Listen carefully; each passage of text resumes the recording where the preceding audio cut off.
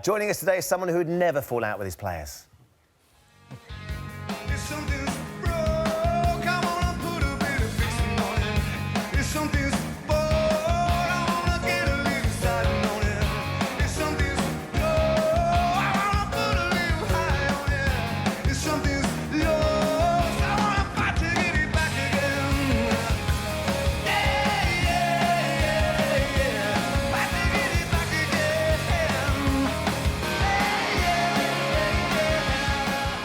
Great to have Big Sam with us, as ever. Night, Happy New Year to you, Sam. Happy New Year, yeah. I know it's a bit late in January. We've not seen we you got for a job while. by this time, Ben. It's not happening this time. Yeah, what's going on? Normally send the wife to Dubai for Christmas, not for Christmas, for New Year. And that, because normally when I book it, within 2 weeks I've got another job, you know, and I have to let her go on her own. But this time it didn't happen, so I was lucky enough to be in Dubai. Huddersfield. Huddersfield. I know. Huddersfield are not considering me, they said, so that's fine. But right. I'm not... realistically, I have to get a job that I consider to be worthy of success and winning football matches. And if that's the case, then and both parties talked together and talked in the right manner and went in the right direction, we both enjoyed the conversation that we had going forward and showed them the new training plans I've been working on the last few months and that. So yes, it would come along and I would say yes, but it's not in my hands. It's who fancies me and whether we can get together and do that job. I can't determine when, Can if and when I get a job. peek at your new training plans? You certainly can't, Cammy. You certainly can't. I mean, it's big. If he has seen them, Sam won't know about it. I mean, you can send somebody around to spy at our house, but you won't get in because we've got CCTV cameras everywhere, you know. And I can see you on my phone, like, you know. But, yeah. What do you think of that, though, Sam? To be honest, I think it's been blown out of all proportion. The only reason the fella got caught is he had a Leeds United tracksuit on and a Billy Bremner mask. But at the end of the day, as much as sneaky look at whatever you want, it doesn't win you football matches. No. I mean, you know, that it was more relevant in our day, that sneaky side of it, you know, that managers didn't have all the technology we had. And didn't have all the games, all the coverage that we had, didn't have all the data they had, all the analysis that we have. And because of that, we could try and find out who, some way, would let you know their team or what system they played, or not so much how the training's gone, but certainly the team and the shape of the way they played. But since technology came in, we can predict the opposition's team, how they're going to play. Pretty accurately, yeah. Pretty accurately.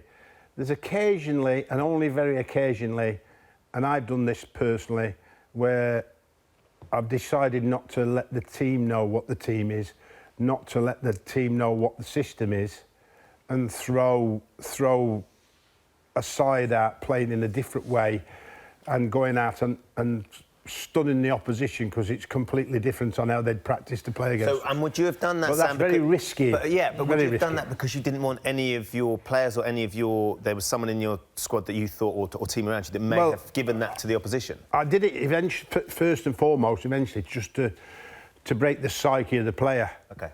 Because I felt they were getting too used to the same routine, and I thought that I would shock them a little bit by breaking it up. Things hadn't been going quite as well as I wanted to, and then I thought, wow, let's do a bit of reverse psychology here, and then just throw a team out an hour before the game. And that's really risky when you're a manager, because if it goes for you, that's okay. If it goes against you, then you know you get criticised for it as usual. How can he do that? How can he just put a team together, name that team just before the start of the game? But in my lifetime, all the teams were named at 1:45. Yeah. Very rarely was the team ever named on the Friday and worked on. And we never went out for a warm-up. We went out at 2:55. So sometimes some old school stuff is worth going back to and get results. But in terms of watching other people's... We all do the in-depth... Now, we all do the in-depth analysis in many different ways. Like I said, I'm building a new training programme in all aspects of what I consider to be relevant to go forward and get the next level. And I think, but in the end, teams come out everywhere now. You know, at Everton, our team was out within an hour or 2 hours after I'd named the team on a Friday. It was out on the web or on Facebook. Somebody knew the starting line. And it was the team in the positions that they were playing in as well. Yeah. So Sam, we accepted it, moved on. You talked about sort of the risk that you take when you do something like that. You change the plan up. I mean, it's interesting to see what Maurizio Sarri has done yesterday in that interview. Kammy doesn't think it's the right thing to do or thinks it could come back and backfire on him. He's been very, very open and angry about the situation, saying the players don't have the mentality. Technically, they weren't up to it. They didn't have enough determination. He said one of the quotes is, this is not a team that is going to be well known for its battling qualities. Have you ever done that? Have you ever publicly come out and slammed a team and it had a positive impact? Yeah, I have, yes. I think that 4-0 at half-time against Sunderland when I was at Palace. Yeah. And for the first time, asked Steve Parish to go in and air his feelings in the dressing room after. And then I aired my feelings publicly after that. We were 4-0 down at half-time, and we were in a relegation battle, fighting a relegation battle with Sunderland at that time. And I'd only just got there, and things that hadn't been going that well results-wise for me. And then we turned that around to have a fantastic run of games to get safe. But we had a positive reaction from the players. So it can have a positive reaction. So it can have a positive. It's when it becomes. For me, it's a now and again scenario now. I think Jose's been criticised an awful lot by the fact of his management style. Is the fact that he has criticised some of the Manchester United players publicly, and everybody's saying it's because we live in now a politically correct world now, you know, which is a farcical sometimes, isn't it?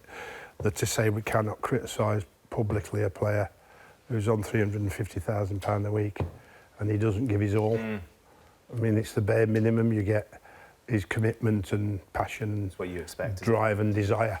And if you choose as a manager that you're emotionally at that particular time, you let yourself go, then it can be a very good thing, but it can also reverse against you, because if then the press or the fans turn against you that way, then that can be damaging.